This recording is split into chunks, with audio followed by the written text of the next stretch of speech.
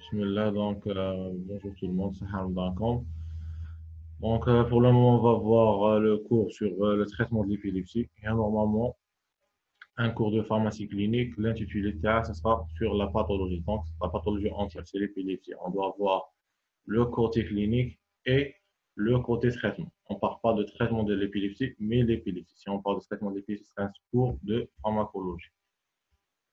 Donc, euh, le plan, c'est de travailler sur le cours que vous avez. L'examen, ça sera ce cours qui sera utile pour vous. Donc, pour introduire, c'est une prévalence de 0,5 à 1% de la population mondiale qui est en nette progression pour vos informations. Donc, c'est une pathologie neurologique chronique. Donc, ce n'est pas des crises aiguës, mais c'est le problème de récurrence de crise. Donc, elle se manifeste par des crises qui se traduisent par un dysfonctionnement intense et transitoire de l'activité électrique cérébrale. Donc, c'est un dysfonctionnement de la genèse des médiations neuronales au niveau cérébral. Donc, c'est un problème de l'électrogénèse. Donc, la prise en charge repose entre autres sur l'administration des médicaments antiépileptiques. C'est un traitement symptomatique. Si on parle de médicaments antiépileptiques, donc c'est des médicaments qui vont agir non pas sur le processus, par exemple, dégénératif, le processus, la cause elle-même, mais c'est un traitement symptomatique qui va aider à réduire la fréquence des crises et pour que le patient puisse s'adapter avec sa maladie et vivre le plus normal possible. Donc, c'est un traitement symptomatique. En outre, il existe beaucoup plus de traitements. Il existe le traitement chirurgical, la stimulation des nerfs vagues, la transformation, la stimulation magnétique transcrânienne. Donc, il n'existe pas seul le traitement médicamenteux, mais plusieurs alternatives. Donc, on va parler sur tous les traitements possibles. Donc, pour la définir, c'est un trouble neurologique chronique caractérisé par la survenue périodique et imprévisible de crises épileptiques dues à l'émission de décharges électriques anormales et excessives par les neurones du système nerveux central. Donc, ce que vous devrez savoir, c'est que c'est un problème dans la genèse de la stimulation nerveuse. Donc, c'est un problème d'électrogénèse. Le problème réside que toute une population qui donne une hyperexcitabilité neuronale et qui est synchronisée. Donc, selon le siège, on peut parler par exemple de épilepsie partielle ou focale ou l'épilepsie généralisée. Donc, selon la population qui y a provoqué cette crise. On parle de foyer épileptogène. Donc, c'est le foyer qui va générer la crise épileptique proprement dite. Une autre définition que vous devrez savoir, on parle d'épilepsie et on parle de crise épileptique. On parle de crise épileptique, par exemple, c'est 2 sur 10 de la population qui peut être touchée par une crise épileptique. Chacun de nous peut avoir une crise épileptique durant sa vie. Donc, il ne suffit pas d'avoir une crise épileptique qu'on peut dire que tu es un épileptique. Donc, si on parle d'épilepsie proprement dite, c'est la récurrence des crises épileptiques. Donc, une crise épileptique isolée avec un facteur qui est déclenchant ou un facteur transitoire généralement qui est déclenchant. Donc, là, on ne parle pas de crise épileptique proprement dite, mais c'est une crise épileptique qui est isolée et qui ne nécessite pas d'administrer un traitement. Par contre, la récurrence et la répétition des crises épileptiques qui peut engendrer à chaque fois des complications ou bien elles mettent la vie du patient en risque, ça, c'est celle-là, c'est qui est la crise épileptique proprement dite ou l'épilepsie proprement dite. Donc, c'est la récurrence et la répétition des crises épileptiques.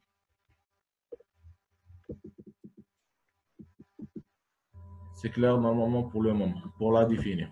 Par exemple, si on parle de la crise épileptique, c'est 2 sur 10 de la population mondiale. Mais les épileptiques au niveau du monde, ça ne dépasse pas les 2%. Donc, c'est le terme exact, c'est la récurrence des crises épileptiques qui peut définir un épileptique. Donc, pour le moment, on va voir l'étiologie. L'étiologie, c'est un point très important. Il ne se résume pas dans un seul dia. On doit parler sur toutes les étiologies. Si on va connaître les étiologies, on va connaître les monitorages à suivre avant de diagnostiquer une épilepsie, les diagnostics différentiels et qu'est-ce qu'on doit éliminer comme cause pour est-ce qu'on doit trancher c'est une épilepsie idiopathique ou bien elle est symptomatique. Donc, si on parle d'épilepsie idiopathique, c'est la majorité des cas.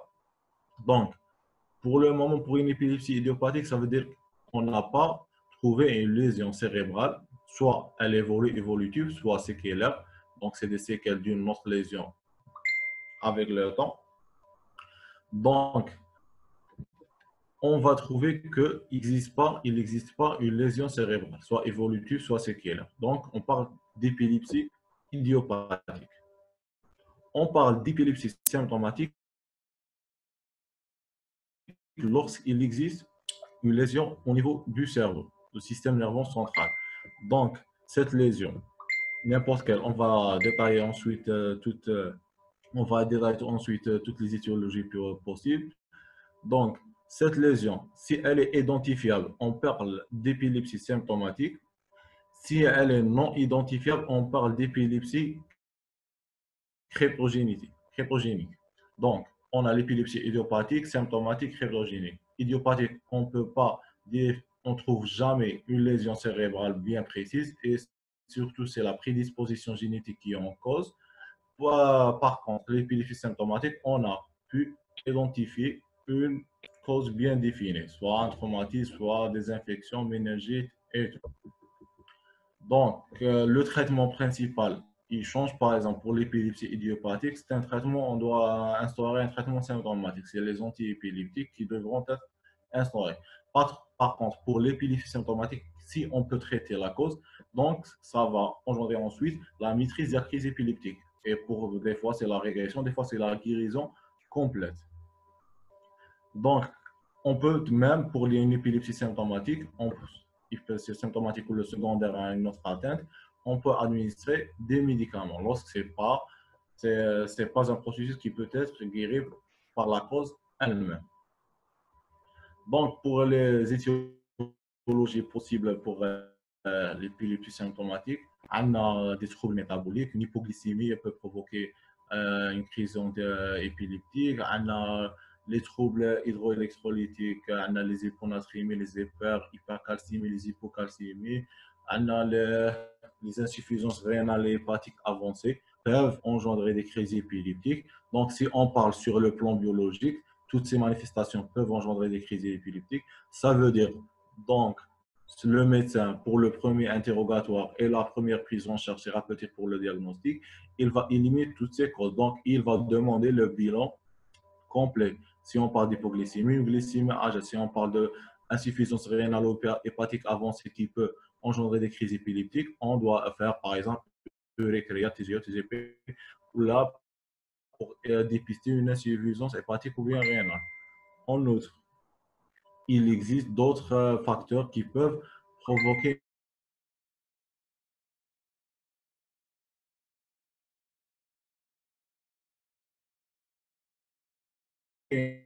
pour sévrage alcoolique peut provoquer une crise épileptique. La surconsommation d'alcool provoque une crise épileptique. Ensuite, par exemple, un surdosage de certains médicaments, les déformations, on est obligé de connaître tous les médicaments qui peuvent engendrer une crise épileptique. Un surdosage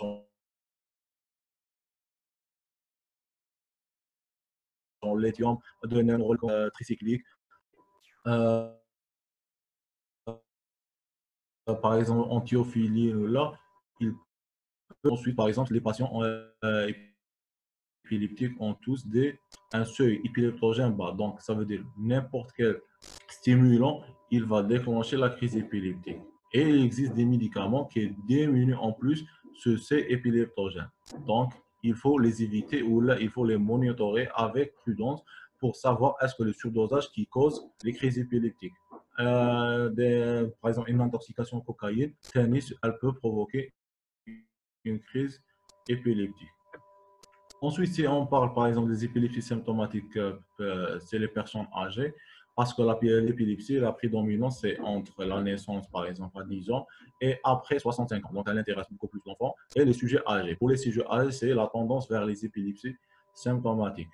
Donc, par exemple, là, oui, on a les processus tumoraux cochés. Un processus tumoral, surtout pour une crise bien définie focale, il peut provoquer une crise épileptique.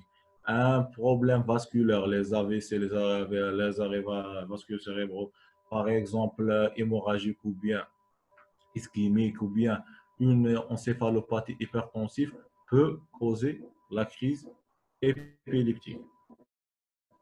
Donc, pour le diagnostic, donc on a bien les étiologies, c'est trop important. Il faut savoir les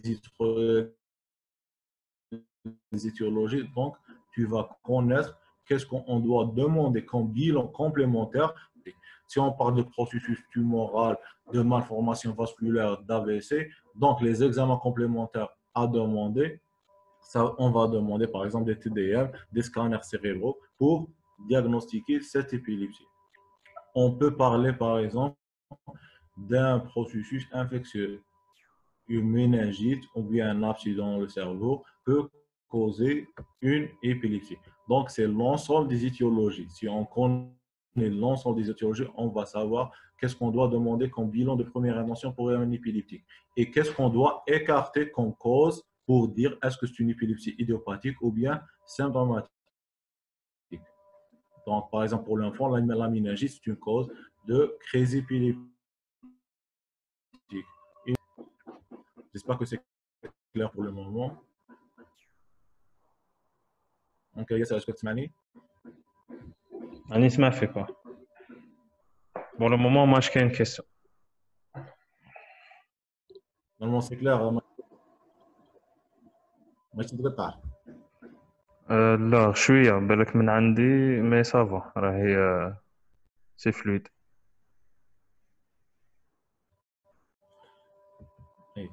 Donc, on a parlé de physiologie. Donc, les examens complémentaires à faire. Qu'est-ce qu'on doit demander comme bilan biologique pour diagnostiquer cette crise épileptique? Et ensuite, quelles sont les causes d'une épilepsie symptomatique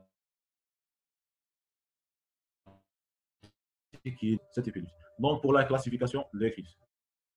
Donc, c'est un point qui est très important parce qu'on a des idées qui sont fausses sur comment classer une épilepsie. Donc, elle se base sur le profil de EEG. Donc, on doit parler et détailler qu'est-ce que c'est un EEG. On n'a pas pu détailler, mais au moins, on doit savoir. Donc, l'EEG, c'est l'examen complémentaire pour visualiser les manifestations électriques et l'hyperexcitabilité électrique. On parle d'EEG critique, EEG critique, il est visualisé durant la crise, on parle ou à distance des crises, entre les crises. C'est EEG intercritique en dehors des crises et entre les crises, et EEG critique pendant les crises. Des fois, vu le diagnostic qui est difficile, on peut utiliser des EEG vidéo là, avec un enregistrement sur 24 heures ou bien 48 heures pour visualiser l'ensemble de l'activité électrique. Des fois, on tombe sur des manifestations d'hyperexcitabilité permanente. Ça veut dire en EEG intercritique, on trouve des manifestations électriques liées à l'hyperexcitabilité qui est permanente. Donc, il faut corréler les données de la clinique avec les données de l'électroencéphalogramme. Des fois, le problème qui se pose, des fois, c'est on va dépister est-ce que c'est des facteurs déclenchants ou bien des autres stimuli qui peuvent engendrer des crises épileptiques. On utilise en conjugaison avec avec l'utilisation conjointe avec le G, des stimulations lumineuses intermittentes qui peuvent provoquer la crise épileptique. Des fois, ils utilisent des hyperpnées, provoquer l'hyperpnée chez le patient. Des fois, un EEG de sommeil, des fois, c'est la privation de sommeil. C'est selon le caractère qui va déclencher, ou les stimuli extérieurs qui va déclencher la crise épileptique. Mais le point essentiel qu'on doit avoir en tête, c'est que si on ne trouve pas, par exemple, d'anomalie sur un EEG intercritique, est-ce qu'on peut trancher ce n'est pas un épileptique? Non, ce n'est pas le cas. Donc, l'absence d'anomalie sur un EEG intercritique n'écarte pas le diagnostic d'une épilepsie. On a parlé que l'EEG il doit être corrélé avec les données de la clinique. Si par exemple un patient déjà il a fait ses crises épileptiques pendant un mois avec le témoignage de son entourage, donc là, sans anomalie dans l'EEG, on ne peut pas parler, mais ce n'est pas un épileptique. Et par contre, des fois, on trouve des anomalies sur le plan électroencéphalogramme, mais sans crise épileptique chez le patient. Donc, là, il faut avoir l'intérêt de la corrélation entre les signes cliniques et les manifestations électriques visualisées par l'EEG. Donc, c'est un examen, on ne peut pas dire de référence, mais c'est l'examen le plus utilisé donc, pour visualiser l'hyperexcitabilité neuronale. Donc, c'est des pointes ou bien des pointes ondes. Donc, je ne sais pas ce que c'est. Bon, on va essayer de voir. Une étudiante, est-ce que vous pouvez répéter la classification? غادي نعاود نهضروا على لا كلاسيفيكاسيون دونك مازال ما دخلناش في لا كلاسيفيكاسيون دونك رانا نهضروا غير على لو بوين دو l'électroencéphalogramme. Pour l'électroencéphalogramme, c'est un examen utile pour visualiser les décharges électriques qui soit intéressent les deux hémisphères ou là, le cortex en général ou là une partie bien localisée. Donc pour le EEG, des fois on provoque pour le patient des par exemple des EEG de sommeil, des EEG de privation de sommeil, des excitations lumineuses intermittentes ou bien par exemple des hyperpnées pour le patient. Donc c'est le contexte pour provoquer la crise épileptique. On a parlé c'est des EEG critiques s'il est visualisé durant la crise et EEG intercritique mais la crise pour ça. On parle aussi on ne peut pas écarter le diagnostic d'une épilepsie si on n'aura pas des anomalies au niveau des EEG intercritiques. Donc, il faut les corréler avec les données de la clinique. Ensuite, pour classifier la crise épileptique. Donc, la classification de première intention, donc c'est les épilepsies. On parle d'épilepsie généralisée et épilepsie focale ou partielle dans l'ancienne classification. On parle d'épilepsie généralisée, c'est l'ensemble du cortex qui provoque l'hyperexcitabilité neuronale et provoque la synchronisation de la décharge électrique. Et on parle de crise focale ou bien partielle lorsqu'on peut définir un endroit qui est responsable de la décharge électrique. C'est par exemple un seul endroit qui est responsable de l'hyperexcitabilité neuronale et qui va donc la manifestation clinique, elle dépend de l'endroit où la naissance de la excitabilité neuronale. Donc, on a les deux premiers.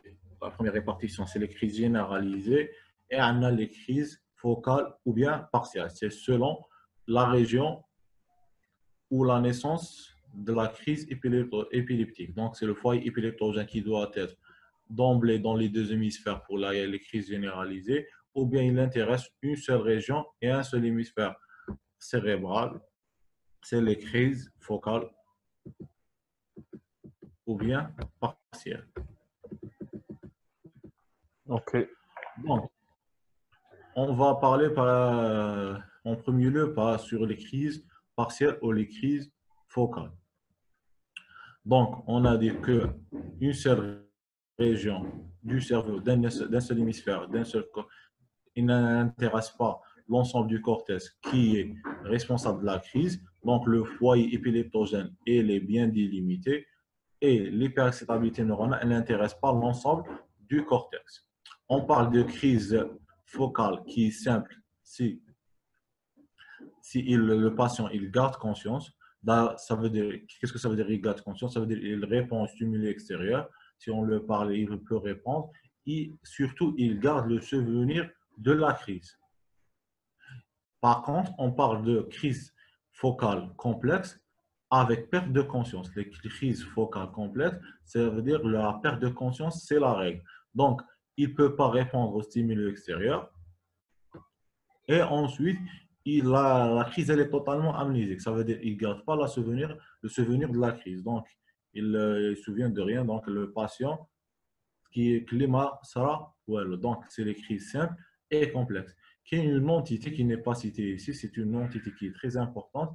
C'est que les crises partielles ou bien focales qui sont bien délimitées dans le cortex, ils peuvent se généraliser et se transformer en crise généralisée qui intéresse l'ensemble du cortex et les deux hémisphères cérébraux. Donc, il faut savoir ce point, que les crises partielles ou bien focales peuvent se généraliser et se transformer en crises généralisées qui intéressent les deux hémisphères et le cortex entier. Est-ce que c'est clair pour le moment? Oui, c'est clair. Ensuite, si on parle par exemple des crises généralisées. Donc, Hambouk, Yasser, est-ce que je peux apparaître une photo? Ouais, normalement, tac. Est-ce que la رايك photo... بان هذا؟ لا. يقول لك في لو بارطاج ديكرون دير بارطاجي كاع ليكرون تاع البيسي. Donc, pour le moment, est-ce qu'elle est bien? لا انا نشوفو غير دياب. هذه راه تبان سي بون. Ça. Donc, هذا c'est les manifestations. On parle de pointe. On parle de pointe onde ou bien des polypointes ondes. Donc, les polypointes ondes. Donc, les manifestations électriques se visualisent sur le G sous des pointes ondes, polypointes ondes, des fois des ondes. Donc, les anomalies électriques. Et pour avoir une idée. Donc, pour parler des crises partielles, on a un point qui est très... Par exemple, voici un tracé de G. Est-ce il est clair pour vous? واه راه يبان. Donc, c'est un simple tracé de G. Donc, on a par exemple, c'est une pointe onde. Donc, le neurologue qui est responsable de l'exploration, il a le type de la crise. Donc, on revient sur les crises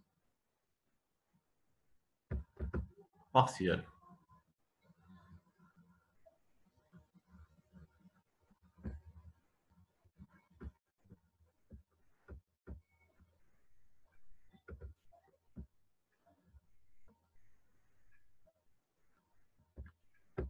Donc, est-ce qu'il y a comme le cerveau qui est coloré? وي راه يبان. Donc, on parle de crise partielle, on a un seul endroit ou bien une partie bien précise du cerveau qui est responsable des manifestations cliniques ou bien qui est responsable de la crise épileptique. Donc, il faut savoir que la crise épileptique, c'est une manifestation onychoclonique, c'est un aspect clinique d'un type d'épilepsie. Si on parle d'épilepsie partielle, donc c'est selon l'aire fonctionnelle qui est touchée par l'épilepsie.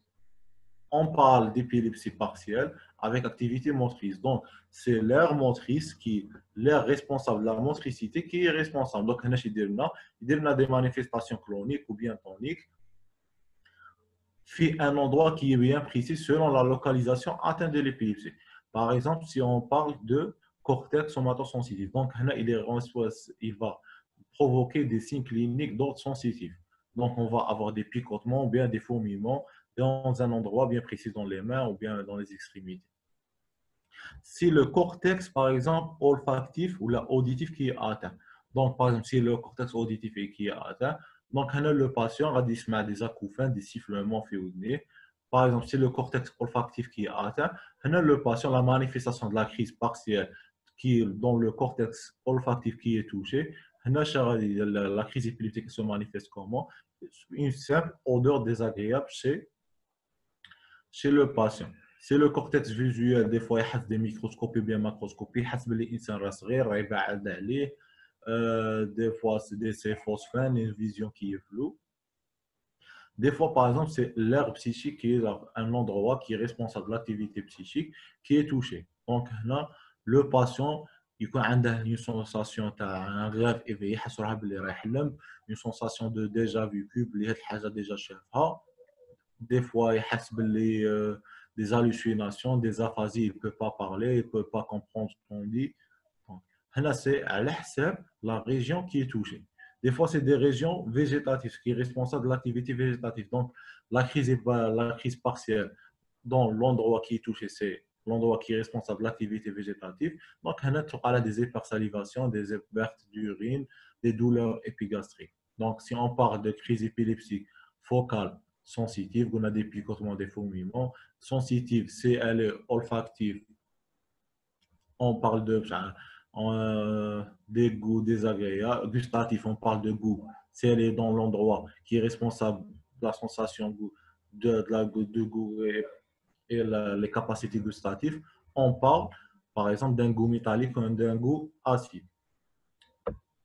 Le cortex auditif, on a des sifflements, des acouphènes. Le cortex olfactif, une odeur désagréable. Donc, selon l'endroit qui est touché. C'est un endroit qui est responsable de l'activité motrice. On peut parler de crise épileptique partielle avec une marche jacksonienne ou là des toniques ou là des cloniques au niveau bien précis de notre corps. Donc, j'espère que c'est bien expliqué pour les crises partielles. Je me trouve avec l'idée que l'épilepsie, c'est des épilepsies qui sont partielles. Donc, un seul hémisphère qui est touché, un endroit et un nerf fonctionnel bien précis qui est touché. Selon la fonctionnalité de l'air fonctionnel, on va avoir des signes cliniques correspondants. Très bien. Ensuite, on va là. Donc, c'est pour les crises partielles et les crises focales. Ensuite, on a parlé d'une crise partielle. Elle peut se généraliser, se transformer en crise généralisée. Donc, les manifestations cliniques qui sont nombreuses sur les crises généralisées. Donc, on a déjà un démarrage, je dirais, pour vous expliquer. Donc, pour les crises généralisées, donc la classification médicale proprement dite, elle se base sur le plan syndromique. Ça veut dire une crise épileptique, elle est classifiée sur le plan de syndrome. Syndrome, donc on doit corréler les données à l'EEG avec les signes cliniques et avec la cause, si elle est bien évidente, une épilepsie symptomatique ou bien elle est idiopathique. C'est-à-dire la classification. On ne peut pas dire que le patient a des crises myocloniques, épileptiques myocloniques. Là, on parle par exemple d'épilepsie myoclonique juvénile. Juvénile, ça veut dire que là, on doit introduire l'âge d'apparition. Et chaque syndrome épileptique a le pronostic. قلنا تاني باللي un même patient il نجم يدير des crises tonico-cloniques isolées ou alternées associées à d'autres crises par exemple atoniques ou myocloniques. Donc c'est les manifestations cliniques. Le petit mal c'est pas les absences. Le petit mal c'est l'épilepsie, c'est absence de l'enfant. On parle de grand mal. Grand mal c'est l'épilepsie généralisée, idiopathique avec crise tonico-clonique. Bon, chaque syndrome a l'âge d'apparition. On parle de myoclonie juvénile, ou là on parle de l'épilepsie absente chez l'enfant, ou là l'épilepsie idiopathique chez l'adulte, et on a le pronostic. Chaque syndrome a le pronostic. Ça veut dire, par exemple, si on parle de syndrome de West qui apparaît chez les nourrissons. Donc, le syndrome de West, le pronostic est sombre. Quel est le risque de mortalité? Quel est le risque d'atteinte neurologique et cognitive? Par exemple, pour là, d'autres syndromes, il y a un pronostic qui est moins grave. Donc, on va commencer par les absences. Donc, c'est les manifestations cliniques. Si on commence par les absences, donc, les manifestations atoniques, tonico-cloniques et généralisées, on a une perte de la conscience. À part la crise myoclonique, où la conscience, elle est conservée. C'est clair. Seule la crise myoclonique que la conscience, elle est conservée. Si on commence par les absences, donc c'est une suspension brutale de la conscience. Donc, le patient est là, mais il est conscient. Oui, il est dissocié. La réaction, ça veut dire qu'il ne répond pas des stimuli extérieurs. Donc, c'est l'absence. L'absence, qui est les absences typiques et les absences atypiques. On peut avoir, par exemple, de l'absence des clonies des paupières. Donc, les paupières idéodéclonées, ou bien, par exemple, des manifestations toniques, avec l'absence des manifestations toniques, inclinaison du 31 vers l'arrière, ou bien atonique, la chute à la tête ou bien le corps c'est-à-dire fait l'absence. Donc, on a des suspensions brèves où il est écarté du contact avec l'extérieur.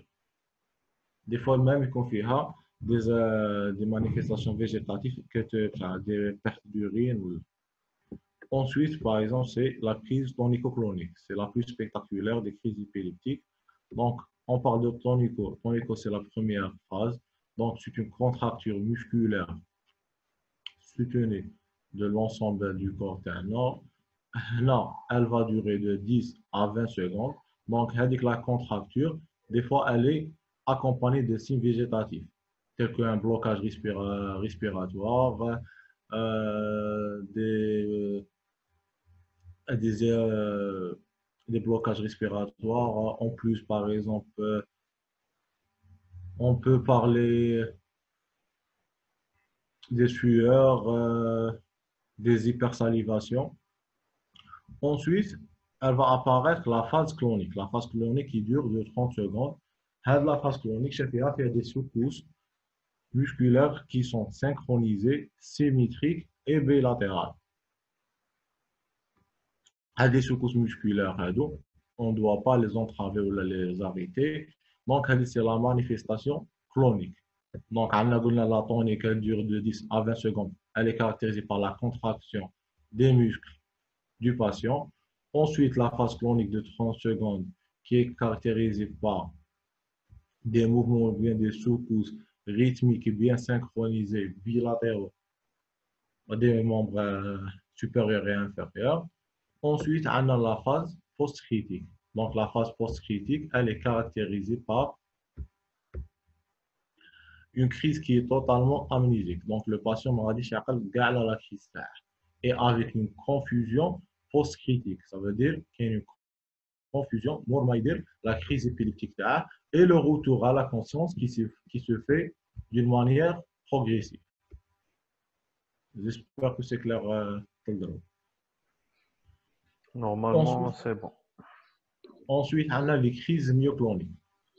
Donc, les crises myocloniques, la conscience, elle est préservée. Donc, c'est des secousses qui sont rythmées, synchronisées, qui intéressent les membres supérieurs ou bien inférieurs et qui sont trop violents. Donc, on parle de crise tonique, c'est seule la contraction soutenue de l'ensemble des muscles ou un seul endroit, ou bien des crises atoniques, c'est une chute du patient, il ne peut pas garder la posture par manque de contraction. Donc, la classification des crises généralisées. Donc, c'est les manifestations chroniques.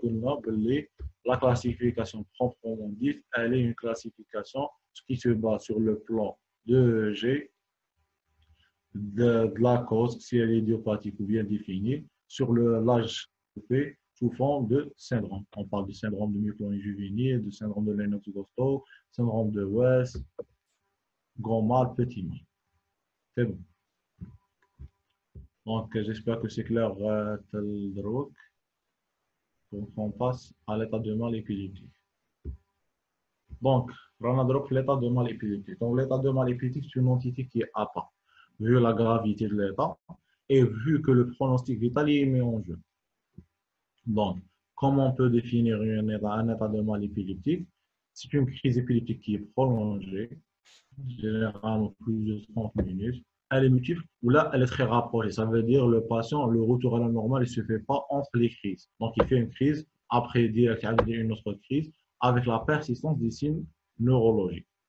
Donc, pourquoi c'est une entité qui est particulière? Le pronostic vital, il est mis en jeu. Et le problème, c'est les complications. On peut avoir des complications sur le plan des séquelles neurologiques et des cognitives. On peut parler des troubles hémodynamiques, des troubles respiratoires. Des fois, c'est des acidoses lactiques, conséquence d'un état de mal épileptique. Donc, c'est des complications bien évidentes d'un état de mal épileptique. Ce que justifie que la prise en charge, il doit être en milieu hospitalier et en urgence. Donc, on peut parler d'un syndrome épileptique au-delà de 30 minutes, mais la prise en charge, elle va débuter les 5 premières minutes. Donc là, c'est la nécessité, par exemple, le une crise épileptique, il doit mentionner la durée de la crise épileptique. Si il voit qu'elle est prolongée, le retour à la normale ne se fait pas. Donc, c'est une suspicion d'un état de mal épileptique que la prise en charge doit débuter les 5 premières minutes. Donc, pour la physiopathologie, qu'il y a un déséquilibre entre les médiateurs responsables de l'excitation et de l'inhibition, le glutamate et l'aspartate qui sont responsables de l'excitation, qui sont en excès, et une différence dans le système inhibiteur médié par le GABA. Donc, là, c'est la physiopathologie. Donc, il faut savoir blesser des hypothèses. La physiopathologie de l'épilepsie, elle est vraiment mal élucidée. Donc, c'est des hypothèses. Ça fait longtemps. Même qu'il y a, par exemple, des hypothèses sur un mécanisme où la barrière hémato-encéphalique elle devient plus perméable. Donc, elle laisse passer, par exemple, des particules de grosse taille comme l'albumine qui va provoquer un dysfonctionnement des astrocytes et qui va provoquer l'épilepsie. Ou bien des médiations inflammatoires comme les interleukines 1B, l'idironate et une crise épileptique. Donc, la physiopathologie, elle est toujours mal élucidée. Mais on doit avoir en tête surtout le système d'excitation qui en excès de glutamate et aspartate et un déficit en GABA. Ensuite, anomalie au niveau des membranes, ça veut dire les canaux voltage dépendant sodique et calcique, ou bien qui sont responsables de la repolarisation, un déficit dans l'entrée de potassium et de chlore. Donc, c'est la physiopathologie. Pour le traitement de la cause, c'est pour le cas des épilepsies symptomatiques, on doit traiter la cause. C'est par exemple un trouble métabolique, on doit traiter le trouble métabolique. Une malformation vasculaire, on doit la traiter. Un processus tumoral, il faut le traiter. Donc, c'est le traitement de la cause. Éviter les facteurs favorisants. Une ivresse alcoolique, elle peut causer une crise épileptique. La privation de sommeil, elle peut causer, des fois c'est le stress, des fois c'est le stimulant comme la caféine. Donc, c'est patient par patient. Chaque patient a le facteur déclenchant interne. Pour les antiépileptiques, c'est le traitement médicamenteux symptomatique qui n'a pas des propriétés curatives. Ensuite, pour le traitement de rang, les épileptiques qui ont des crises partielles. Donc, le traitement chirurgical, il se base sur la résection ou bien la déconnexion. C'est le foyer qui est responsable de la crise épileptique partielle. Donc, il y a une crise généralisée, on ne peut pas, mais tu connais un candidat à la chirurgie. Une fois c'est un épileptique avec une crise partielle, on doit définir précisément l'endroit avec des imageries, des scanners et tout. Ensuite, on va essayer de déconnecter ou bien la résection complète du foyer épileptogène et les résultats sont beaucoup plus rassurants par rapport aux médicaments parce qu'un tiers des patients guérissent avec une guérison totale et les 2 tiers ont nettement moins de crises par rapport au traitement médicament. Donc, le traitement chirurgical, c'est pour les patients épileptiques avec des crises partielles.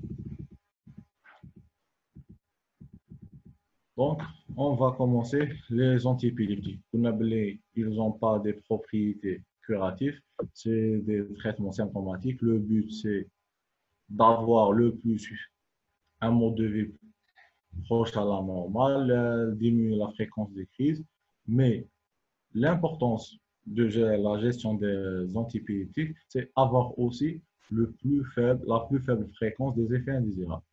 Donc, il ne faut pas juste traiter pour traiter sur le plan efficacité, mais il faut toujours vérifier la tolérance des traitements épileptiques.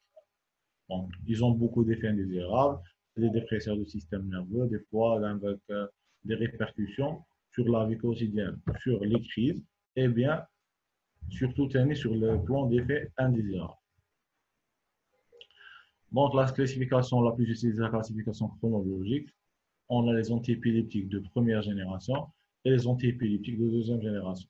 Si on parle d'antiépileptiques de deuxième génération, ils ne sont pas plus efficaces que les antiépileptiques de première génération. Déjà, ils sont utilisés quasiment en association. Mais le profil d'effet indésirable est moins important. Ils sont mieux tolérés par le patient. Un homme cinétique qui est plus simple, donc ce n'est pas des inducteurs enzymatiques et tout. Donc, les effets indésirables sont moins fréquents par rapport à la première génération. Si on parle d'efficacité, les antiépileptiques majeurs, généralement, c'est les antiépileptiques de première génération.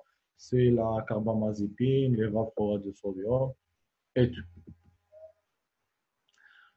Pour les anticonvulsivants, les benzodiazépines, on les évite pour le traitement chronique parce que toujours il y aura une perte d'efficacité au fil du temps. Donc, c'est des traitements surtout d'urgence. On va parler d'utilisation dans l'état de mal épileptique. Les antiépileptiques de deuxième génération, on a parlé, ce n'est pas une efficacité qui est plus importante, mais c'est le profil de tolérance qui est plus important. Donc, ils ont une cinétique plus simple par rapport aux premières générations et on les utilise généralement les crises partielles et toujours en association, sauf la molécule à lévétiracétam qui est une molécule à spectre large et qui est trop utilisée. Et on parle de molécules à spectre large, par exemple, c'est la lévétiracétam, la carbamazépine, l'acide valproïque, la lamotrigine, qui sont actifs sur quasiment tous les types de crises épileptiques. Donc, des fois, le médecin il est face à une crise épileptique difficile à trancher sur quel syndrome, difficile à bien classer. Donc là, c'est l'utilité d'utiliser des antiépileptiques à spectre large. Donc, le mécanisme d'action, on a dit qu'on doit renforcer la transmission GABAergique, qui est la transmission inhibitrice, pour diminuer l'hyperexcitabilité neuronale. Donc, soit on va inhiber la récapture ou la dégradation de GABA pour qu'il soit toujours présent dans le synapse, soit on va inhiber le système glutamatergique, on va le dégrader, ou là on va inhiber l'attachement de la glutamate au récepteur postsynaptique. Sur le plan des canaux voltage dépendants, les canaux sodiques, les canaux calciques, on doit les inhiber aussi. Donc, c'est le métabolisme de GABA. Donc, si on parle par exemple des récepteurs GABA qui vont entraîner une hyperpolarisation et laisser entrer des ions chlore au niveau de la cellule postsynaptique, donc les benzodiazépines et les barbituriques, par leur fixation sur des unités protéiques, ils vont laisser le chlore entrer et augmenter ce qu'on appelle l'inhibition ou bien contrarier l'hyperexcitabilité neuronale. Donc, le mécanisme favorisant l'action du GABA, c'est des médicaments qui remontent la synthèse comme la valproate, qui inhibent la dégradation. C'est des enzymes, par exemple, les GABA transaminases qui sont responsables de la dégradation. Si on va inhiber ces enzymes, donc le GABA il va être toujours disponible au niveau du synapse et il va stimuler les récepteurs postsynaptiques pour, par exemple, une durée plus ou moins importante de l'inhibition par rapport à l'excitation médiée par le glutamate et l'aspartate. Donc, des fois, c'est une inhibition de la récapture, c'est surtout la thiagamine qui est responsable. Donc, on va inhiber la récapture. Donc, le synapse il va être enrichi en GABA et l'action va être plus prolongée. Activation des récepteurs, c'est les benzodiazépines et les barbituriques par leur analogie structurelle avec le GABA, ce qui va laisser les ions chlorure passer et stabiliser la membrane neurale. Donc, des fois, il faut bloquer la transmission excitatrice où les glutamates et l'aspartate sont responsables. Donc, les médicaments, ils vont bloquer l'action. soit des antagonistes de l'action du glutamate sur l'MPA. MPA, c'est le récepteur et MDA, c'est des récepteurs. Donc, il ne faut pas compliquer les choses. C'est des récepteurs où ils fixent le glutamate et l'aspartate. Donc, le médicament comme la falbamate va provoquer comme un antagoniste au niveau du récepteur du glutamate. Des fois, il faut inhiber avec la libération excessive du glutamate de l'amoxicilline qui est responsable. La particularité, par exemple, de l'étosuccinique qui est responsable de blocage de canaux calciques de type T dans les neurones thalamiques. Donc, c'est un médicament à spectre très étroit qui est responsable d'une efficacité qui est trop importante, bref les absences. Donc, les absences, ils ont trouvé qu'il y a des courants calciques, des canaux calciques de type T qui sont responsables. L'étosuccinique, le mécanisme d'action TA, il correspond à cette physiopathe. Donc, c'est le plus actif, les absences. Les canaux sodiques et les canaux calciques sont responsables de la dépolarisation et l'excitation. Donc, on doit avoir un blocage des canaux sodiques. Donc, l'ensemble, généralement, c'est l'ensemble des médicaments agissent par ce processus. Donc, allez sur récapitulatif sur le mécanisme d'action de chacun des médicaments. Donc, est-ce que c'est clair jusque-là? Normalement, c'est clair. Il y a comme des questions là, vous pouvez les laisser sur le chat. Donc, les antiépileptiques classiques de première génération, le problème, c'est le profil d'effet indésirable qui est provoqué, une forte liaison aux protéines, présence de métabolisme actif. C'est-à-dire il faut être prudent par rapport à l'élimination et au métabolisme. Auto-induction de leur propre métabolisme hépatique et métabolisme des autres médicaments, surtout avec les contraceptifs oraux, et les interactions pharmacocinétiques qui sont nombreuses.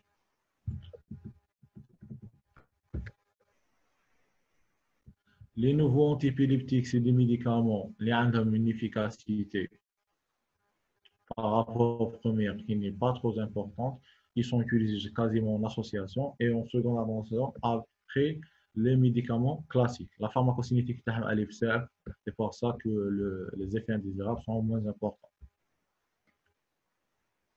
Donc, le choix d'antiépileptiques, donc c'est les critères de choix thérapeutiques et non pas l'optimisation thérapeutique. Donc, l'objectif, c'est de diminuer la fréquence et l'intensité de crise avec un minimum d'effets indésirables. Donc, la gestion d'un épileptique, c'est l'efficacité et aussi avoir moins d'effets indésirables. C'est pour cela qu'on doit privilégier toujours les monothérapies. Donc, quel est le champ de l'antiépileptique? C'est selon le type de la crise. Donc, c'est pour les crises partielles, c'est la carbamazepine qui est demandée en première invention. Les benzodiazépines et les barbituriques, c'est un peu vu que dans leur prescription, vu les effets indésirables de la sédation qui n'est pas supportée par tous les patients. Donc, pour les crises généralisées, donc, on a le syndrome, c'est pas un cas tonico-clonique. La tonico, c'est la manifestation clinique. Donc, c'est l'acide valproïque, la carbamazepine qui sont actifs quasiment sur toutes les crises épileptiques. L'absence, on a parlé de l'étosuccimide en première intention. La myoclonique, toujours l'acide valproïque. Et maintenant, on doit parler de traitement de l'état de mal épileptique, qui est une urgence et on doit avoir en tête le traitement. Donc, on a parlé de des crises prolongées au-delà de 30 minutes, mais la prise en charge doit débuter les 5 premières minutes. C'est un traitement d'urgence qui doit être entrepris en milieu hospitalier. L'urgence va nous obliger, premièrement, de mettre une canule, de libérer les voies aérodigestives supérieures. Des fois, le patient il doit être intubé avec un lavage répété pour éviter l'encombrement bronchique qui peut être létal. Une oxygénothérapie doit être mise en œuvre. Par exemple, généralement, c'est 10 litres par minute. La mise en point de 2 voies veineuses, installer un scope cardio-respiratoire. Donc, vous voyez, ce n'est pas facile à gérer. Il doit être réanimé et c'est une prise en charge hospitalière. Pour le traitement médicamenteux, donc c'est une association. En première intention, on va essayer la clonazepam à 1 mg en nivelant de 2 minutes, 2 à 3 minutes, généralement c'est 2 minutes, ou bien la diazépam à 10 mg, toujours nivelante de 2 minutes, et on renouvelle après 10 minutes si la crise ne cesse pas ou elle ne disparaît pas. Donc, c'est la clonazepam 1 mg à renouveler 10 minutes après si la crise ne se stoppe pas. Ensuite, si échec de la clonazepam ou bien on dépasse les 2 mg, là on doit rajouter un deuxième antipyrétique. Généralement, c'est la phénobarbital et ou bien la phénotoïne. On va essayer par exemple la phénobarbital en premier lieu pour une perfusion longue de 20 minutes à 30 minutes.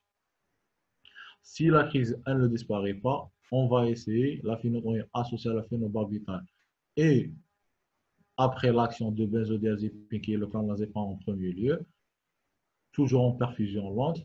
Si échec, c'est toujours l'échec, on va essayer une anesthésie générale à bas surtout de thiopental, généralement la midazolam. La thiopental est utilisée entre 2 à 5 mg par kilo en bolus et après, une perfusion continue. Donc, vous voyez, ce n'est pas facile à gérer un état de mal épileptique des fois, il est prolongé et l'efficacité d'un antipyrétique, elle est à discuter. C'est pour ça qu'on va rajouter à chaque fois que la crise se prolonge un autre antipyrétique. Le clonazepam en premier lieu, ensuite phénobarbital, phénotoïne, si échec, on doit faire une anesthésie générale, surtout par exemple si le thiopental, avec une surveillance respiratoire.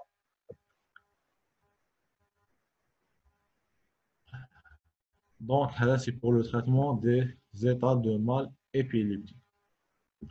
Donc, on Alors, a un autre. quelle question? Ouais.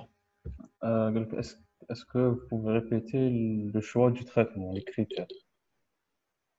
Le choix de traitement concernant l'état de mal ou n'importe quel syndrome épileptique.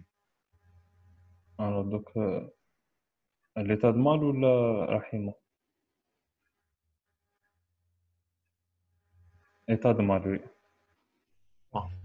Donc, l'état de mal, en premier lieu, on doit oxygéner le patient, l'intuber, libérer les voies aéro-respiratoires, les voies aériennes, dérouler une canule pour libérer les voies.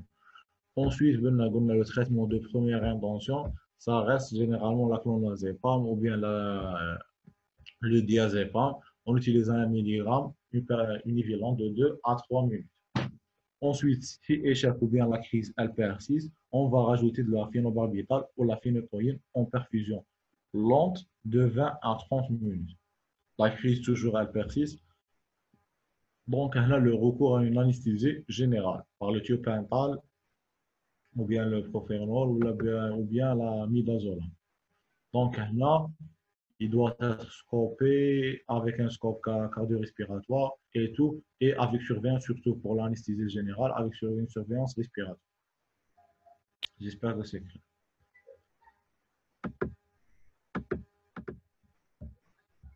C'est bon? Alors, c'est bon? C'est bon, oui.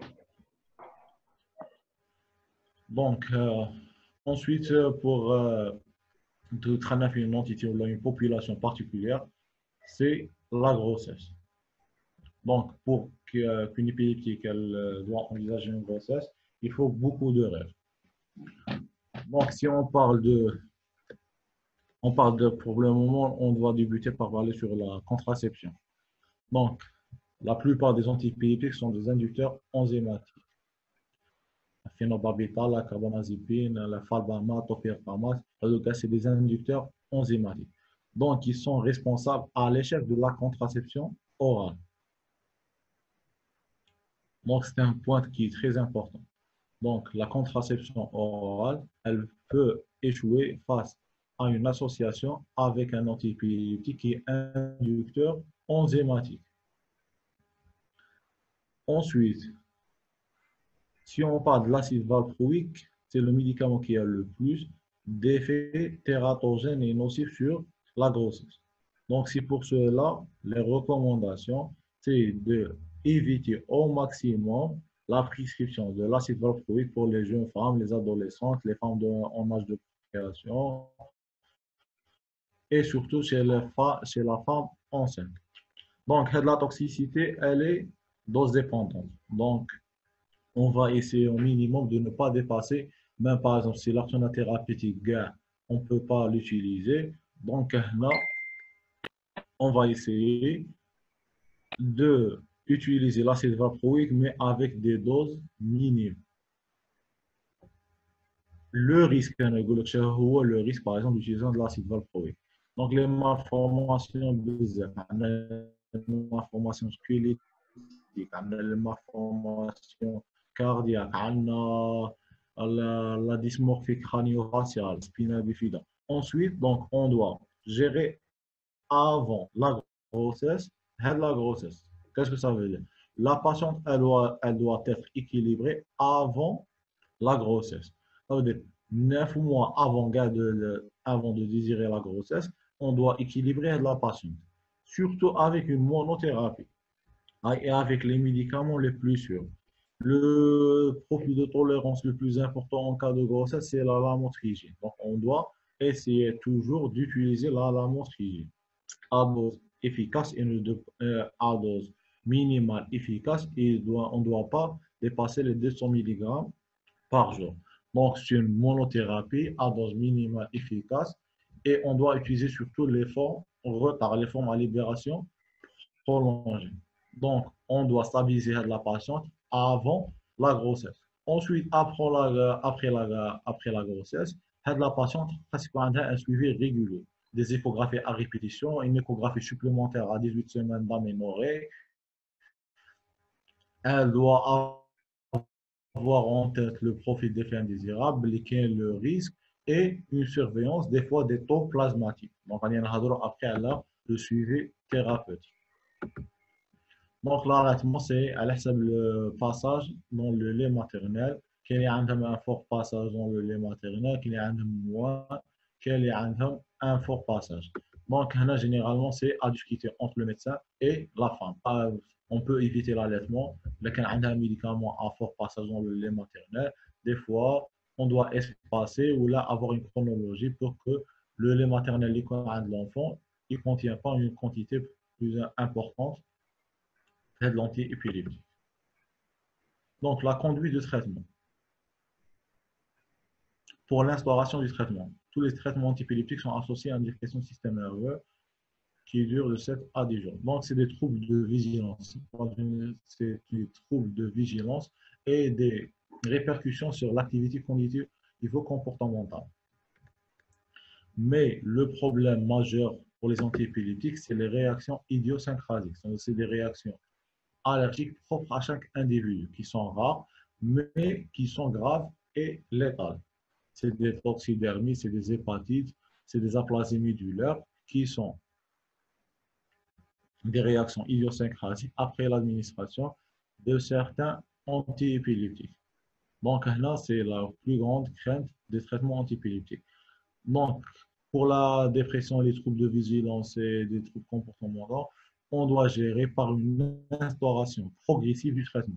Donc, on doit augmenter les doses et l'escalade de doses sur 2 à 3 semaines. On commence avec un quart, puis un demi, jusqu'à la fourchette ou bien la posologie requise pour équilibrer le patient et avoir un minimum de crise. Ensuite, si on parle par exemple la phénobarbital, la phénotoïne, on doit l'instaurer directement avec la posologie recommandée. Maintenant, on n'essaie pas de respecter l'escalade de dose à l'âge, parce qu'on a une demi-vie qui est trop longue, donc on arrive pour atteindre l'état d'équilibre. Donc, on doit équilibrer le patient avec une dose directe, une posologie directe requise. Ensuite, après installation du traitement, si on doit modifier le traitement. Donc, on doit privilégier toujours les monothérapies. Parce que si on doit rajouter un autre médicament, ce n'est pas l'efficacité qui va être additionnée, mais surtout le profil d'effet indésirables. Donc, c'est les effets indésirables, les radicaux beaucoup plus, et non pas l'efficacité. Donc, on doit essayer toujours la monothérapie. Le passage à la bithérapie se fait après essai de toutes les molécules actives sur le type de crise et à dose maximale tolérée. Donc, on va essayer la bithérapie qu'après échec de toutes les molécules actives sur le syndrome épileptique ou bien la crise avec une dose maximale tolérée.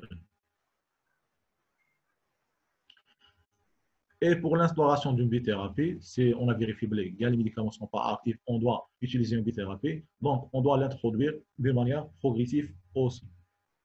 On doit éviter le risque de sévrage de la première molécule et respecter le chevauchement entre les deux molécules. De la deuxième molécule, elle ne va pas atteindre l'état d'équilibre directement. Donc, pour atteindre l'état d'équilibre, par exemple, en 2 semaines, on doit garder l'antiépileptique avec des doses dégressives. Et même pour l'état de mal épileptique, une fois, par exemple, l'état de mal épileptique, une fois la crise, les antiépileptiques, qui une perfusion lente avec des doses dégressives des antiépileptiques utilisés pour éviter le risque de sévrage et de la récurrence des crises épileptiques. Donc, c'est le même cas pour les traitements oraux. Donc, on doit respecter la période de chevauchement entre les deux antiépileptiques. On doit dégraisser les doses du premier pour éviter le sévrage et instaurer progressivement pour atteindre l'état d'équilibre le deuxième antiépileptique utilisé en bithérapie. Donc, l'arrêt du traitement, c'est un point qui est très essentiel parce qu'il est cherché par les patients. Donc, là, on doit parler de l'arrêt de traitement qui a beaucoup de conditions. On doit avoir un épileptique qui était vraiment bien équilibré durant au moins 2 ans ou bien 3 ans.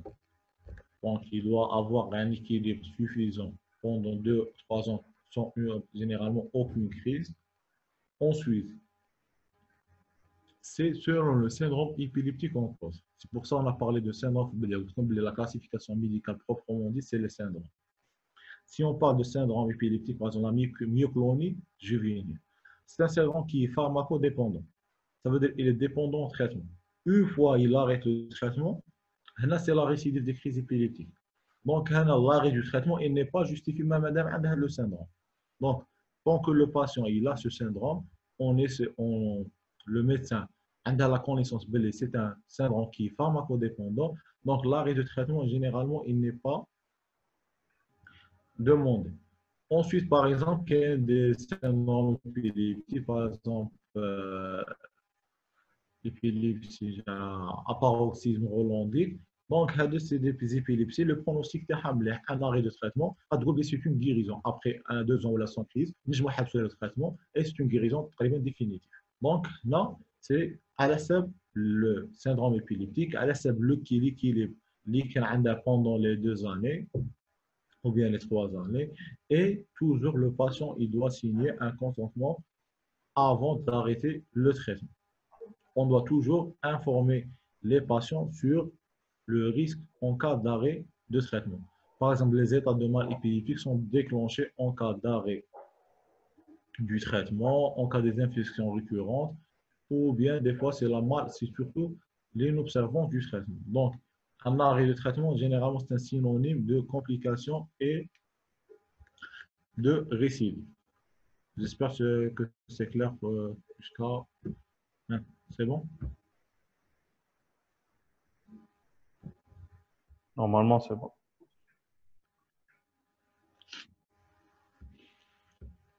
Par exemple, un c'est des recommandations qu'on donne. Donc, le but, c'est de privilégier toujours la monothérapie. Toujours, il faut confirmer est-ce que le diagnostic il est bien posé. Si on a un syndrome, un autre syndrome, on traite un syndrome. Donc, on doit confirmer le diagnostic, privilégier la monothérapie, vérifier l'observance, vérifier est-ce que les doses sont toujours bien prises, vérifier la conformité de la prescription à chaque fois. Une fois l'échec de la monothérapie, on peut passer à la bithérapie. Généralement, ces échecs de la bithérapie, c'est des candidats, c'est les crises partielles, c'est des candidats à la chirurgie ou bien à d'autres traitements, comme par exemple la stimulation du nerf vague ou bien la stimulation magnétique transcrânienne. Donc, les erreurs les plus commises, c'est des fois des médecins ils n'utilisent pas l'antipyrétique à dose maximale tolérée parce qu'il y a une variation. Donc, on va parler par exemple de la variation. L'ensemble, c'est pas l'ensemble, c'est surtout les antipyrétiques de première génération, surtout la valproïque. C'est des médicaments qui nécessitent des dosages plasmatiques, ce qu'on appelle le suivi thérapeutique pharmacologique ou bien le thérapeutique drug monitoring. Donc, on doit doser les médicaments. Ça signifie qui est compliqué. Il existe des variabilités interindividuelles entre les patients. Par exemple, un patient avec 500 mg de l'acide valproïque, nous dosons en 25. Avec le 500 mg, on dose avec le médicament, à 75. Donc, une fois qu'il y a une variabilité interindividuelle, la signification elle est linéaire. Donc, c'est des médicaments qu'on doit les doser, surtout en début du traitement. Donc, généralement, par exemple, le médecin il trouve une dose maximale tolérée. Par exemple, le patient il élimine beaucoup de médicaments. On doit doser la fourchette thérapeutique. Donc, le recours trop rapide à une bithérapie, on doit toujours essayer qu'il y a les monothérapies actives sur la crise épileptique à dose maximale avant d'envisager une bithérapie.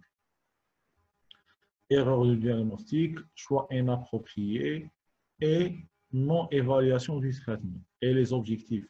Donc, les objectifs, c'est la diminution de la fréquence et la sévérité des crises et aussi en fonction des effets indésirables. La surveillance clinique et biologique. Donc, on doit rechercher les effets indésirables, par exemple pour l'acide valproïque, le dosage de la TP fibrinogène, azat, alat, on doit le faire le premier 15 jours, après 1 mois, 2 mois, 3 mois, après 6 mois, pour éviter les risques de thrombopathie et les risques, par exemple, des hépatites cytolytiques qui sont rares mais sont graves. Donc, on doit toujours surveiller biologiquement et cliniquement les effets indésirables et la récurrence des crises. On parle de pharmacorésistance lorsque le traitement est plus efficace pour ce patient. Généralement, c'est des patients candidats à la chirurgie, c'est des crises épileptiques partielles, ou bien on doit essayer des autres molécules. Donc, pour le dosage, on doit doser des médicaments parce qu'il y a une grande variabilité interindividuelle. Ça veut dire la même posologie, c'est-à-dire qu'il y a une fluctuation des doses sur le taux plasmatique. Par exemple, pour les patients insuffisants hépatico-rénal, donc il n'élimine pas suffisamment. Donc, on doit doser pour la fraction qui est disponible. En présence d'interactions médicamenteuses qui peuvent varier la signification du médicament, on doit doser. C'est surtout l'intérêt en cas de grossesse. On doit stabiliser la patiente avec une posologie bien définie après un dosage. Donc, le dosage avec la fourchette thérapeutique, elle est loin de la marge toxique. Là, on est sûr que la patiente, elle est équilibrée.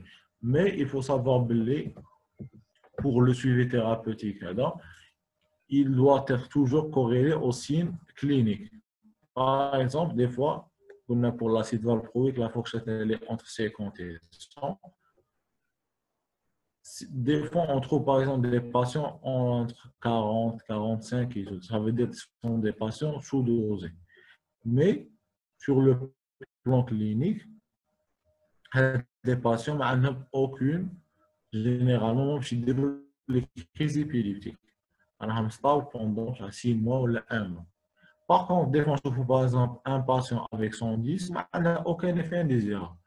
Donc, les dosages sont utiles, c'est une prévision, mais ils doivent être corrélés toujours aux données cliniques et la récurrence des crises épileptiques et l'apparition des effets indésirables. Donc, le dosage, c'est le suivi thérapeutique pharmacologique, le thérapeutique drug monitoring. On va doser le médicament dans le sang. C'est des médicaments qui ont une variabilité interindividuelle. Ça veut dire pour un ensemble d'individus, ce n'est pas la même cinétique. Donc, pour éviter la toxicité et le risque d'inefficacité, on doit les doser pour avoir en début du traitement, puisqu'on a des hypersensibilités ou bien des patients qui éliminent beaucoup, on a des clairances rénales accélérées, en cas d'insuffisance hépatique et rénale, et surtout en cas de grossesse. Est-ce qu'il y a des cas où le dosage est normal ou qu'il y a des signes cliniques de sous-dosage? وهذه هي دونك على بالنا قلنا ils doivent être toujours corrélés قلنا باغ اكزومبل تتلاقى ان باسيون تتلاقى في لا فورشيت تتلاقى باغ اكزومبل قلنا لا فورشيت elle est entre 50 et 100 تلاقيت هذاك لو باسيون تلاقيته 90 90 راه في لا فورشيت ثيرابوتيك مي هاد لو باسيون نتلاقاو عندها لي زيفي انديزيرابل دونك هاد لو كا دونك شنديرو؟ هنا في هاد لو كا شنديرو دونك هنا سي لا كلينيك كي دوا جوجي لا راه عندها لي زيفي انديزيرابل ça veut dire نديرو لها une réduction posologique on doit réduire donc on va essayer d'être plus proche à la fourchette من تحتها ça veut dire نحوسو نقربو beaucoup plus le 50 donc on doit essayer les valeurs minimales si par exemple il a été à 500 mg 2 fois par jour نديرو له par exemple 250 3 fois par jour ou là 500 et on doit redoser. Est-ce que toujours il est la fourchette thérapeutique jusqu'à la disparition des effets indésirables. C'est bon, oui. Donc, pour la surveillance du traitement, la psychothérapie de soutien, donc c'est pas inclus dans la surveillance du traitement. Surveillance du traitement, on doit vérifier toujours l'absence des effets indésirables, vérifier l'efficacité par la diminution et de la récurrence des crises. Donc, j'ai donné par exemple l'exemple de l'acide valproïque, si on doit surveiller le traitement, le type P, fibrinogène, azate, alate, à chaque 15, 1 mois, 2 mois, 3 mois et 6 mois, pour éviter les effets indésirables pluriredoutables, l'hépatite cytolytique grave, mais qui est grave. Pour la psychothérapie de soutien, donc ça entre dans le cadre de la prise en charge globale d'un épileptique. Ce n'est pas suffisant d'administrer le traitement, là c'est bon, donc c'est une maladie handicapante, elle a les répercussions sur le plan neurocognitif, elle a des répercussions sur la vie du patient, des fois elle est mal acceptée, donc c'est pour cela on doit instaurer une prise en charge multidisciplinaire par des psychologues, par les pharmaciens pour la surveillance du traitement, le médecin pour la surveillance de l'état clinique et donc, pour les conseils aux patients, en particulier concernant l'exercice professionnel, la conduite automobile et la pratique de certains sports. Donc là, c'est cas par cas. Pour l'exercice professionnel, donc là, généralement, les épileptiques peuvent travailler le plus normalement possible. Mais elle accepte le travail. Par exemple, des travails en hauteur ou là, des travails qui mènent en risque le patient, c'est interdit. La conduite automobile. La conduite automobile, là, le patient doit être équilibré. Un patient mal équilibré avec la répétition des crises à chaque fois, c'est une contre-indication pour le permis de conduire. Donc, ils ne doivent pas avoir le permis de conduire. Par exemple, sur une commission d'aptitude médicale, chef le patient il est bien équilibré. Le patient, ça fait 1 an où il a une crise. Je me un permis de conduire et avec surtout des précautions. Un permis de conduire, c'est pour les véhicules normaux, ça veut dire les véhicules légers. On a dit que pour un épileptique, il faut un transport commun ou bien les véhicules ou les camions lourds et tout. Donc, il y en a qui ont un risque pour l'ensemble de l'économie. Donc, il faut éviter surtout la surprotection familiale. Donc, il faut intégrer, par exemple, les épilepsies sont fréquentes chez l'enfant. Il faut intégrer l'enfant dans la vie sociale. Il faut intégrer surtout sur le plan éducatif, sur l'école sans aucun problème. Donc, éviter la surprotection familiale. Il faut toujours aménager l'endroit du travail. Ça veut dire, avec un bureau, ça veut dire bureau faire des points, des, des, des objets piquants ou des objets tranchants. Là, c'est toujours, on doit les éviter parce qu'ils nous de la crise dans n'importe quel moment. Même dar, et on doit privilégier des lits très basses, un système de protection de l'eau chaude, un système de protection, par exemple, des plaques chauffantes et tout, pour éviter les complications en cas de crise.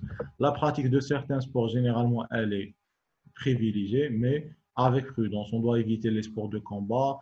Là, on va éviter, par exemple, la plongée sous-marine, la natation et tout. C'est surtout sur surveillance.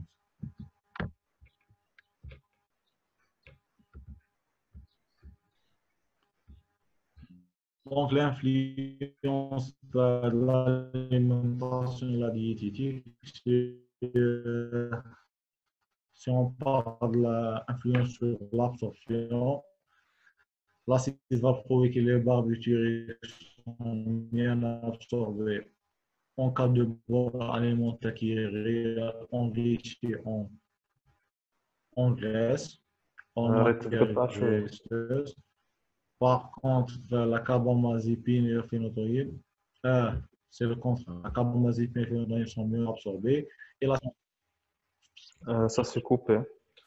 Donc, pour l'influence de l'alimentation et la diététique, c'est le bol alimentaire qui va modifier l'absorption. Il faut toujours prendre les médicaments au même moment. Vous essayez de prendre un médicament à 10 heures la matinée et à 20 heures le soir. Il doit toujours garder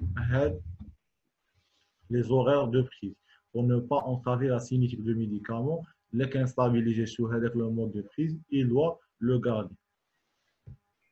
Généralement, pour les médicaments de deuxième génération, ils ne sont pas influencés par la prise concomitante de certains aliments. Pour l'influence de boissons, c'est surtout pour les valproates de sodium. Donc, c'est des médicaments qui ont un enveloppe gastro-résistant. Les boissons gazeuses peuvent détériorer l'enveloppe. Le cerveau qui a un retard mental et tout. Donc, on a des difficultés pour déglutition. Donc, la maman كانت تديلها تتحمل les comprimés à l'acide valproïque وتمدهم منها. Quand on a procédé avec le dosage à l'acide valproïque, لقيناه تقريبا nul, 0 à 1. Comme quoi, les comprimés تاعها. في l'interrogatoire, on a parlé avec la maman, قلت لنا باللي لازم ندهم لها la façon كيفاش. Donc, elle essaie toujours de triturer le comprimé ou de لها sous forme avec un liquide pour qu'elle puisse avaler. Donc, le problème, c'est que ce sont des comprimés avec un enrobage gastro-résistant. Une fois qu'elle a trituré, elle a détérioré l'enveloppe, il y l'estomac, donc l'estomac avec l'acidité couchée, elle va dégrader le médicament avant qu'il passe la circulation systémique. C'est pour ça que la pénale, le dosage, elle ne prend pas le médicament. Donc, là, c'est en cas de difficulté d'avaler avec le médicament, il faut privilégier les sirops, en gouttes, et non pas modifier la cinétique vers l'acide valproïque en comprime. Si les comprimés gastro-résistants, avec l'enrobage, on doit le garder. Il ne faut pas écraser surtout le forme de libération prolongée, parce que la quantité qu'un être requise, elle se distribue sur 24 heures, à dire l'action pendant 6 heures, et après quand on a un creux, oui, même si on a le médicament, le sang et on a l'inefficacité. Donc, il ne faut pas les écraser. Donc, c'est pour la gestion et pour les recommandations de prise. Donc, on a les posologies. Donc, on a les posologies de l'assemblage. La forme utiliser à l'assemblage, on doit préconiser les gouttes et les sirops pour les enfants. Les comprimés sont les dégradés ou bien les mélanger avec l'eau de boisson pour les adultes, avec les boissons gazeuses. Et par exemple, si la il faut savoir les molécules les plus utilisées, la lévétiracétam, la motriptyline, l'acide valproïque et la carbamazine. Donc, pour les conseils en cas de crise, donc la prise en charge, c'est-à-dire que c'est égal, pas on devrait être en face une crise n'importe quel jour de la vie. Donc, il faut toujours protéger le patient. Pour le deuxième cas clinique, donc c'est une femme qui a 30 ans, consulte pour un son traitement acide valproïque avec un désir de grossesse. La grossesse est-il possible? Donc, on a l'acide valproïque, on a le profil le plus important de tératogénicité. Donc, là, on va essayer au maximum d'éviter l'acide valproïque. C'est l'effet tératogène et les doses dépendantes. Même si on est obligé, on doit réduire les posologies. Même, ils ont des études, ils ont montré que l'utilisation de l'acide valproïque favorise les dysmorphies crânio-faciales. Donc, il y a un risque de retard neurologique, retard cognitif sur le plan cognitif. Donc, les patients, qui ont des patients, des nouveau-nés, des crises d'autisme, une difficulté de s'intégrer pour la vie scolaire. Donc, on a beaucoup d'effets indésirables et beaucoup de risques pour une femme enceinte. Donc, on doit stabiliser la patiente avant la grossesse. On doit modifier le traitement, utiliser généralement la motriptyline qui est la plus sûre, avec une dose minimale efficace et arrêter l'utilisation de l'acide valproïque. Donc, la contraception, on a parlé sur le risque d'inefficacité en cas d'interaction avec des médicaments inducteurs enzymatiques. Donc, pour les femmes, en raison des interactions contraceptives, donc, on va essayer d'utiliser les médicaments non inducteurs enzymatiques ou bien utiliser des manières de contraception mécanique.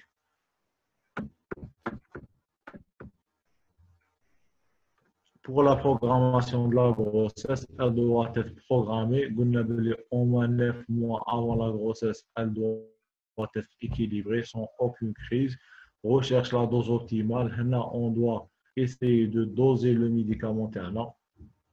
On va essayer de la fourchette une efficacité. On doit cibler des concentrations basses et efficaces. Une monothérapie privilégiée, c'est la lamotrigine. Toujours les folates à 5 mg 2 mois avant la grossesse, c'est l'acide folique, la vitamine B9, 2 mois avant la grossesse et durant la grossesse. La vitamine K, la particularité, c'est qu'on doit rajouter la vitamine K. Les 2 mois des inducteurs enzymatiques, c'est pas dans la patiente, la femme enceinte, elle prend un inducteur enzymatique. Donc, là, pour éviter le métabolisme excessif de la vitamine K et le risque de l'hémorragie aiguë néonatale. Donc, on a le risque de l'hémorragie aiguë néonatale. C'est pour ça qu'on doit rajouter de la vitamine K pour la patiente. Alors, quelle est une question? Pourquoi la motriptyline? Donc, c'est des études. Selon le passage à travers le placenta et selon la tératogénicité. Donc, les études pour l'acide valproïque, ils ont trouvé des retards neurologiques, répercussions sur le comportement cognitif et les malformations. Par contre, la lamotrigine, elle était plus sûre. Elle était testée chez des femmes enceintes. Donc, la grossesse s'est déroulée le plus normalement possible et sans effet tératogène. Donc, ensuite,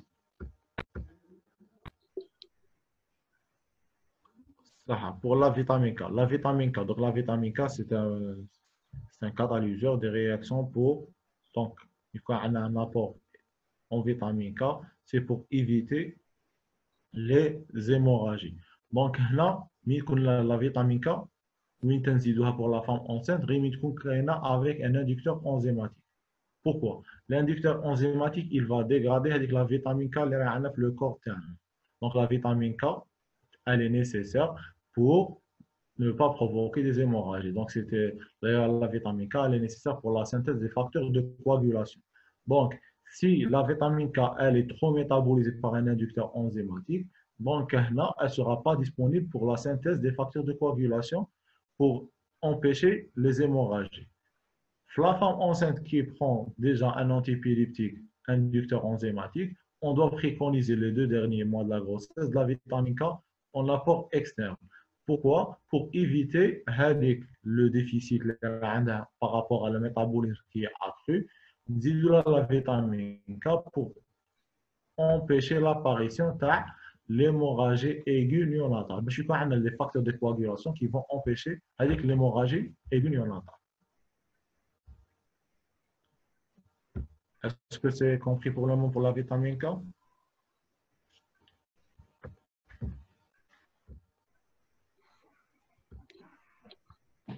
Normalement, c'est bon. Donc, pour les folates et la vitamine C, pour les folates, c'était décrit ça empêche avec les malformations de tube neural et tout. Mais c'est une vitaminothérapie qui est introduite pour toutes les patients généralement enceintes. On doit les introduire pour les folates à 5 mg 2 mois avant la grossesse. Et la vitamine D, c'est des essais cliniques, ils ont été menés et ils ont prouvé que la supplémentation vitaminique elle réduit les risques tératogènes par les antiépileptiques. Donc la vitamine D, c'est concernant la tératogénicité. La vitamine D n'est pas trop utilisée par rapport au folate. Folate, c'est systématique. Même les patientes en grossesse, en dehors des traitements antiépileptiques, les prennent. Par exemple, la vitamine K, elle est indispensable en cas d'induction enzymatique. La vitamine D, ça reste toujours à discuter. Ce n'est pas un point qui est vraiment essentiel.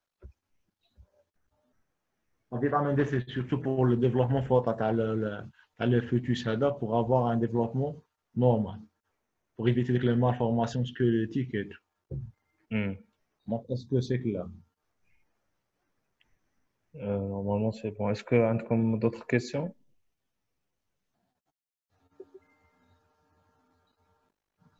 Alors, il y a une question. Si on trouve dans la rue quelqu'un qui a une crise épileptique, qu'est-ce qu'on peut faire en dehors de l'hôpital? Bon, c'était ça, les gestes. Très bien. Donc, les gestes. La première des choses, on doit positionner le patient en position latérale de sécurité. Ça veut dire qu'on doit aller le terrain. Ensuite, on doit libérer la bouche pour éviter la morsure à la langue. C'est-à-dire qu'il y a il faut dégager l'atmosphère autour de lui. Il a déjà des difficultés avec un blocage respiratoire. Donc, il faut dégager l'atmosphère autour de lui.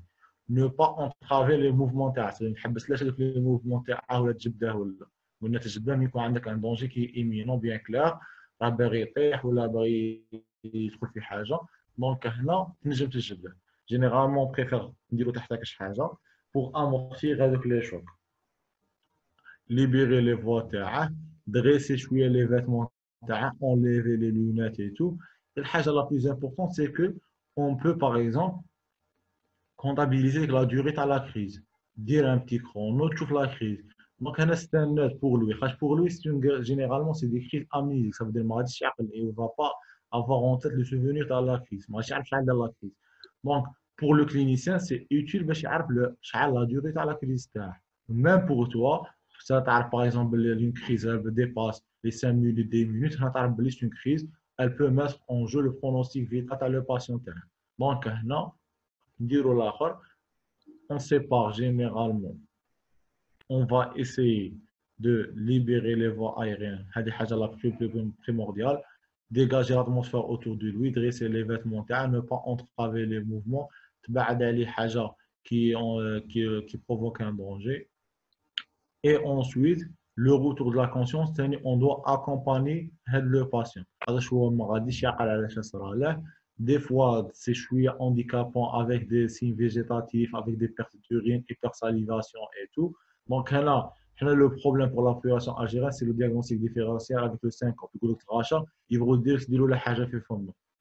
Donc, là, c'est pas bien. Donc, là, c'était une crise épileptique, on va dire la حاجة formelle, et on doit éviter surtout la morsure de langue. Très bien. Quelle est une question concernant le traitement chirurgical? Est-ce qu'il assure une guérison totale? Très bien. Donc, là, pour le traitement chirurgical, la première des choses que le traitement chirurgical, c'est les candidats sont les patients avec des crises épileptiques focales. On a un seul endroit bien précis, les TDM cérébraux, le scanner cérébral pour avoir l'endroit bien précis qui cause avec la crise épileptique.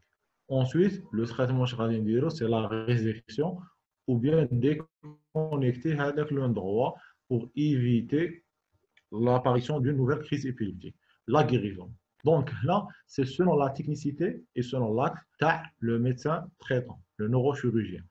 Donc, là, la crainte, c'est toujours ce que une exérèse à la région, mais avec des répercussions neurologiques. Ça veut dire qu'il touche d'autres régions où tu as des répercussions. Mais si l'acte il est fait d'une manière convenable, c'est le taux de guérison le plus important.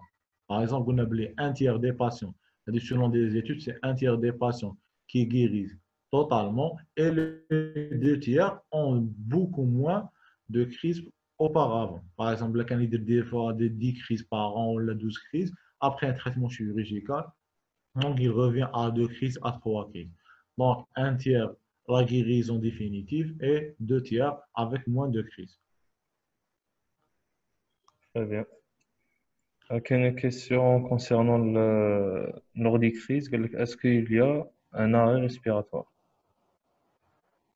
Très Il bien. peut y Donc, avoir. on a généralement, la crainte, c'est l'arrêt respiratoire parce que la phase tonique, on a une contractulaire.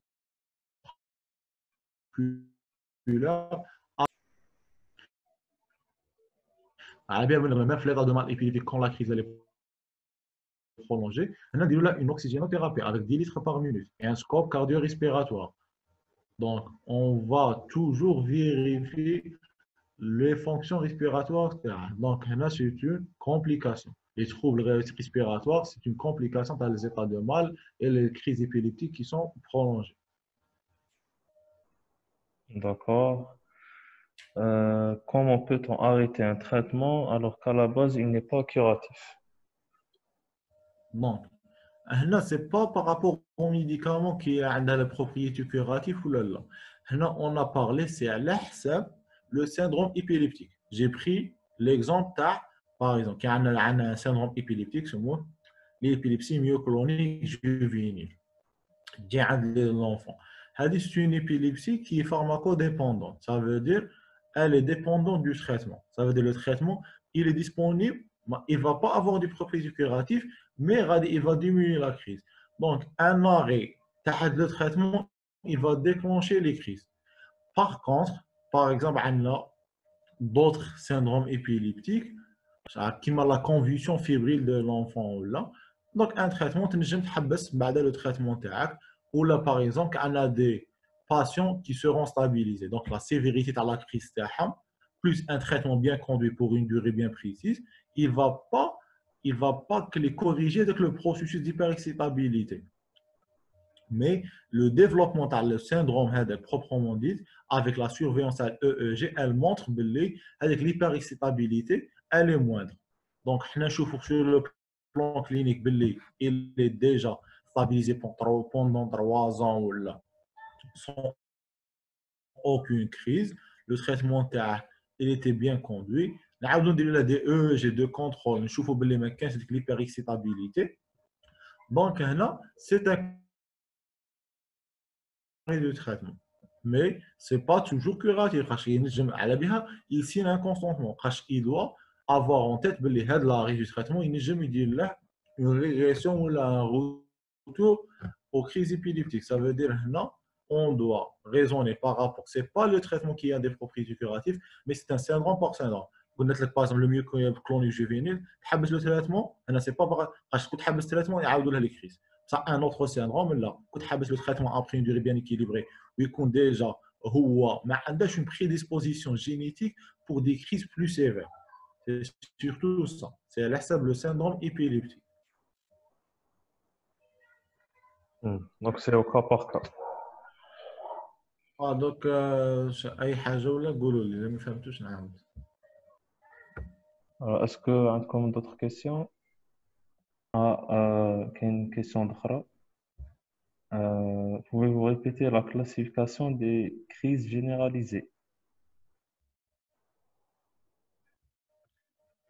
Donc, pour les crises généralisées. Donc, on a appelé pour les crises généralisées, c'est les deux hémisphères qui sont concernés par la décharge électrique hypersynchrone et l'hyperexcitabilité neuronale.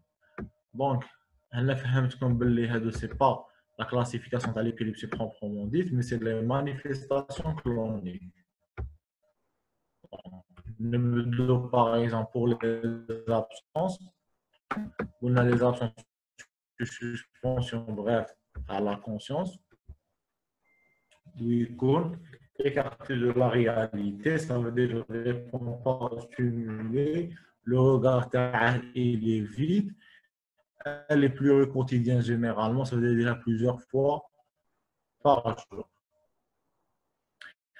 Ce n'est pas l'absence le petit mal, mais c'est le syndrome appelé absence, l'épilepsie absence de l'enfant, c'est le petit mal. Par contre, la tonico-clonique musculaire se tonique élément et la clonique, ça veut dire les mouvements donc les mouvements bref, et les mouvements rythmiques, les mains ou la créa ou les quatre membres. Donc, c'est la tonico-clonique. C'est là où la une phase tonique de 20 secondes, de 10 à 20 secondes, contraction l'ensemble des muscles il y a généralement des signes végétatifs, cyanose, blocage respiratoire, des sueurs, des hypersalivations. Ensuite, on a les cloniques, c'est les secousses musculaires, avec les secousses, pardon, musculaires, les secousses rythmées bilatérales et symétriques. Les secousses, ça dure 30 secondes. Ensuite, après les secousses, on a la période post-critique. Ça veut dire après la crise, c'est une confusion. Le patient m'a dit que la crise elle est totalement amnésique. Il y a une confusion. Et le retour à la conscience, il se fait d'une manière progressive. Donc, c'est pour ça qu'on doit accompagner le patient. Pour les myocloniques, c'est la seule, les crises généralisées, que le patient garde la conscience. Ça veut dire il répond au stimulus extérieur et tout, mais il ne peut pas arrêter avec les mouvements, avec les secousses rythmiques qui sont trop violents, la myoclonique.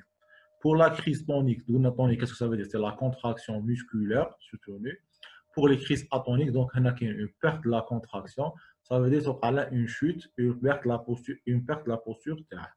Est-ce que c'est clair? Normalement, c'est bon, oui. Merci à vous, docteur. Bon, merci pour le cours. Merci, ça va. Ça va,